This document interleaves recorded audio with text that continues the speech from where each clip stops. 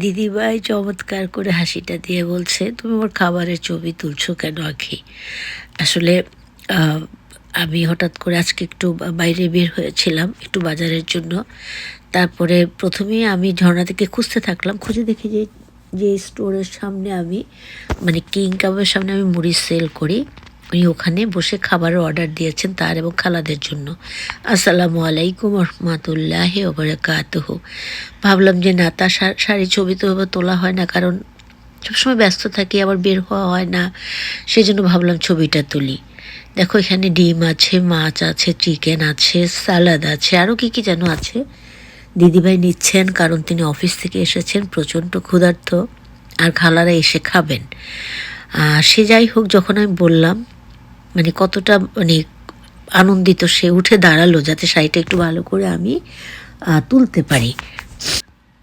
অনেকে আছেন এরকম তুললে অনেক সময় দেন না, যাদের ব্যক্তিগত ব্যাপার, কিন্তু তিনি ভীষণ হ্যাপি হন। তার হ্যাপিনেসের সাথে আমিও ভীষণ হ্যাপি হই, কারণ আজকে আমাদের ঝর্ণা দিদি ভাইয়ের 55 নাম্বার শাড়ির পর্ব।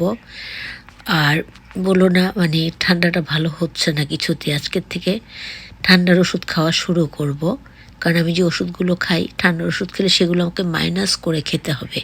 দ্যাটস হয় আমি প্রায় মাসখানিক ওয়েট করলাম, কিন্তু অনেকভাবে চেষ্টা করলাম, ঠান্ডা কমলো না। দেখো যেমনি বললাম যে দিদিভাই শাড়িটা ভালো করে দেখা যাচ্ছে না, উঠে দাঁড়ালো যে তুমি দেখো, মানে অসাধারণ, অসাধারণ। যাই হোক, দিদিভাইকে সবাই দোয়া করবা। আর এই মানে শাড়ি লেডি, শাড়ি লেডি তো বলতেই হবে, কারণ আমার জানা মতে আমি আজ পর্যন্ত তাকে মানে একটা শাড়ি দুদিন পরতে দেখিনি। তাই আমার প্রচেষ্টা থাকবে তার নামটা শাড়ি লেডি হিসেবে, এক্সেপশনাল শাড়ি লেডি হিসেবে তার নামটা গিনিস বুকে উঠুক। এটা আমার অনেক বেশি আশা, আমার সাথে অনেকেই একমত আছেন, তোমরা সেটা জেনে নিয়েছিলে। যাই হোক, দিদিভাই খাচ্ছিলেন, তারপর আমি চলে গেলাম আরেকটা দোকানে। তারপরে যতক্ষণ ছিলাম মাঝখানে বাজারগুলো করে আমি ফাতেমাতে বাজার করে ফাতেমাতে রেখে দিলাম।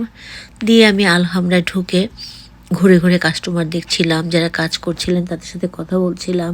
মাঝে মাঝে কাস্টমারকে একটু নিজের দোকানে কাজ করি এমন করে একটু এগিয়ে টেকে দিচ্ছিলাম, ভাল লাগছিল।